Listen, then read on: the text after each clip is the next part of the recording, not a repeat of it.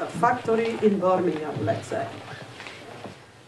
What we have is that some of these spaces are driven by the private sector. Some of these spaces are driven by the private sector, and the public sector drags their feet after that. Okay? In the case of Birmingham, we have a very nice guy who had a lot of personal money and wealth from his family. He was an old hippie. I mean, the first time I met him in Birmingham in the custard factory, he was like smoking a joint while giving an interview. This is like in the early 90s or something. So it's this kind of very creative guys who had money but had an individual idea, had a dream, a vision, and they go off and transform these places. Now, Birmingham City Council wasn't there at the time. They didn't get this. They didn't understand that this was a potential for the city. But why is that? Why is that the public sector is always a little bit dragging behind the private sector in some of these developments? Because the public sector has to respond to their electorate. They have a responsibility, they have transparency also in terms of how they invest the money. Some municipalities also don't believe completely that culture can really drive transformation. Some cities that go completely for this transformation also find that 10 years down the line, after this transformation has happened, they are dealing with issues like dual cities. What does it mean by dual cities? It means that certain areas that have been transformed into this kind of big cultural meccas of consumerism, etc. Because most of the problems is that some of these spaces are mostly based on consumption. And the problem is that not many of these places do production and consumption. But it is very difficult to find places that balance out production and consumption. So, as a result of it, in some cities, what we have is that the central areas of the city that have been transformed are also no-go area for people who cannot afford the rent to live in those places. You have had also a displacement of the existing creative ecology. If you had artists living in a certain building or space or neighborhood before the regeneration, paradoxically enough, after the regeneration, these people have gone because they cannot afford to pay the rent anymore for those spaces.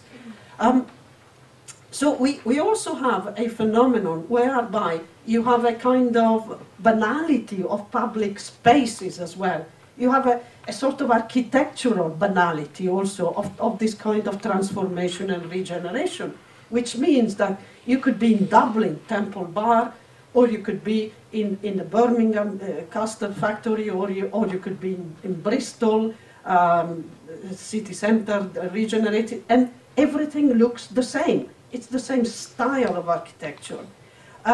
This means also that we have lost authenticity. We have lost the kind of raw energy that a place had. But, you know, it's no use complaining here because this is happening anyway. We have no other options. You know, culture is definitely driving economies now, broadly defined. Culture broadly defined, not just the arts. I mean, if you look at the creative industries, there is no doubt, for example, that in the UK, they are growing at 5–6% per year. I mean, this is like a growth of this kind for a sector is like only second to the financial sector.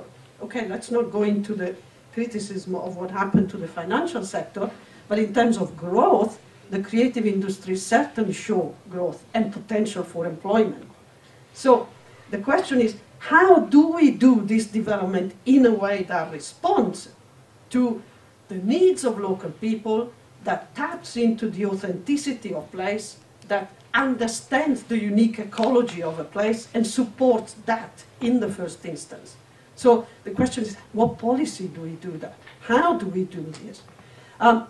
You know, when I was studying cities, and from the beginning, if you look at the history of ideal cities of the past, there are three characteristics. The cities that survive and thrive and are successful, in a sense, are resilient, which means they are capable of adapting to change. They are not driven by vertical management and also by vertical governance. They are cities that go transversally in terms of governance and are able to understand where the opportunities are, and they are able to adapt to change. So that's one thing of cities that are successful. But also, the cities that are successful and survive, in a sense, and thrive are inclusive. They are inclusive, which means also that they are aware of the diversity of their people, of their population, of their citizens, etc. And they are also aware of the different needs and lifestyles of the local people. It's no use thinking that everybody's middle class and everybody will behave in a certain way, because it's not happening in the world of today. So cities that are inclusive are those that can understand this. And cities also that survive are authentic, not in a nostalgic way, not in a way that they pretend in a theme park way to recreate the life of the past, but they are authentic because they develop in parallel with their citizens. As I said, they adapt to change, they understand the diversity of their people, and they work with that. They understand that diversity and the capacity to adapt is a resource for cities. So my argument is that we need integrated approaches. So we need to move away from the policy making of the past, which was every single person tasked with a policy is sitting in an office separated from other people. The professions, for example, the professional planners or something, need to start working a little bit more with other professions as well, artists for starters. But also the artists themselves need to start working with the professionals on the other hand. So departments in cities also need to work in a coordinated manner a lot better than they have done in the past. But also we need to understand the policies need to be based on the local aspirations and needs.